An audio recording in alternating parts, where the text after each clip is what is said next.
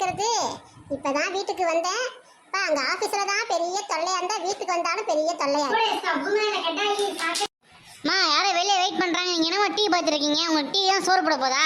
வந்து வெளியே யார் நிற்காங்க பாருமா. மாடி செல்வி, ஏண்டி ஆபீஸ்ல தான் தொல்லை பண்றீங்கன்னா வீட்டுல வந்து மாடி தொல்லை என்னடி? யாருக்கு என்ன பிரச்சனை? சரி சரிடி வா உட்காரு. என்னாச்சு ஆண்டி? எப்படி இருக்கீங்க ஆண்டி? உங்களை பார்த்து எத்தனை நாள் ஆகுது? சரி ஆண்டி, நீங்களும் அம்மா பேசிடுங்க, நான் உள்ளே படிக்க போகிறேன். பாய். ஆமாம் ஆட்டா. ஏ மஞ்சு, உன் பிள்ளைய ரொம்ப நல்லா வளர்த்துருக்குறாம்மா. தங்கமான பிள்ளையா இருக்கிறான். ஐயோ எனக்கும் வீட்டில் ஒன்று இருக்குதே. ஐயோ இந்த மாதிரி ஒரு பிள்ளை இருந்தால் 10 பிள்ளை இருந்தாலும் பரவாயில்லையே. இப்போ இவ கொடுத்து வச்சவ. ஆஃபீஸ்லேயும் எல்லா ராஜ்யத்தையும் எடுத்துக்கிறான், வீட்லேயும் நல்ல ராஜ்யமா இருக்கிறான். எனக்கு தாண்டி தெரியும் அவனுக்கு அவன் குணம். நல்ல குணம் வந்தா நல்லா செய்வாண்டி. அம்மா எது செய்வா, அம்மா அது செய்வான்னு. ஆனால் நல்லா செஞ்சு தராண்டி. எனக்கு என்னை உட்கார வச்சு கொஞ்சம் சாப்பாடு செஞ்சு தரான், ஏதாச்சும் நல்லதான். அது வரைக்கும் கொஞ்சம் நான் கொடுத்து வச்சவதான். கொண்டாடி வந்தாதான் என்ன பண்ண போறான்னு தெரியலடி. அது இல்ல மஞ்சுக்கா, இந்த 24ல இந்த ஃபால்ட்டே ரெடி ஆகலையா.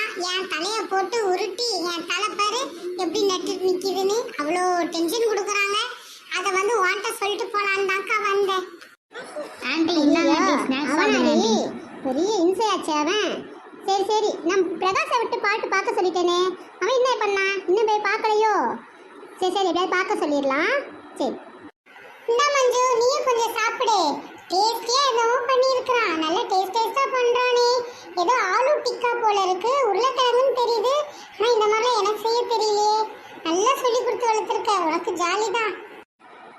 ஏ கண்ணு வச்சிடாதடி, அவன் நல்லா செய்யறானே, நாளைக்கு செய்யாம போயிட போறான். உனதான் சொல்லுவேன்.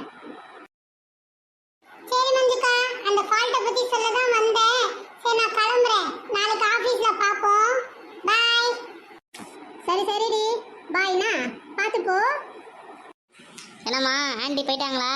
சரி சரி, ஆண்டின்னா அவளை பவ்யமாக அடித்து சுற்றிட்டு இருந்தேன் ஊருக்குள்ள.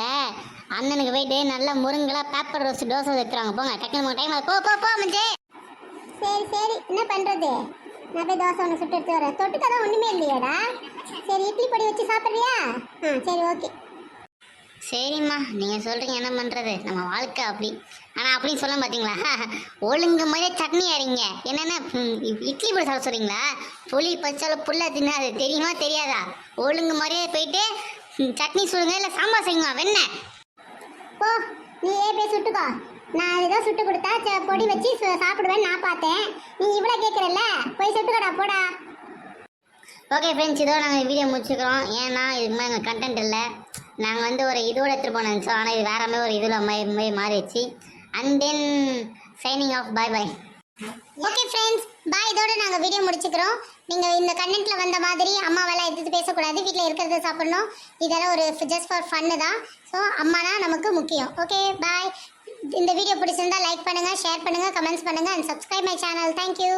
பாய் பாய்.